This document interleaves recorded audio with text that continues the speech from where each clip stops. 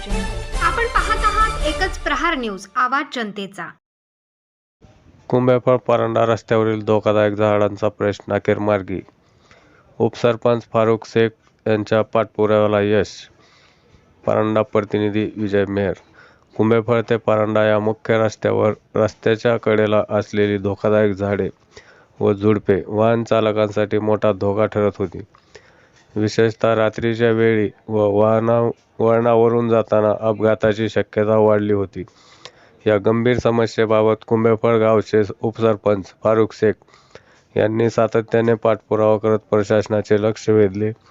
या संदर्भात तहसीलदार कार्यालयाकडे तक्रार दाखल केल्यानंतर तहसीलदारांनी तात्काळ दखल घेत सार्वजनिक बांधकाम विभागाला योग्य त्या कारवाईचे आदेश दिले। त्यानुसार सार्वजनिक बांधकाम विभागाच्या वतीने संबंधित रस्त्यालगतची धोकादायक झाडे तोडण्यात आली। झाडे हटविण्यामुळे आता कुंभेफळ परांडा रस्ता अधिक सुरक्षित झाला असून वाहन चालक, प्रवासी व ग्रामस्थांनी समाधान व्यक्त केले आहे। या प्रश्नांच्या सोडवणुकीसाठी उपसरपंच फारुख शेख यांनी केलेल्या प्रयत्नांचे ग्रामस्थांकडून कौतुक होत आहे।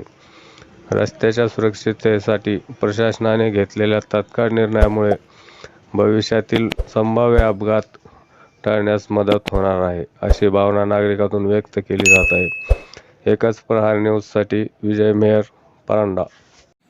अशाच नवनवीन बातम्या पाहण्यासाठी एकच प्रहार न्यूज चॅनलला लाईक करा, सबस्क्राईब करा, शेअर करा।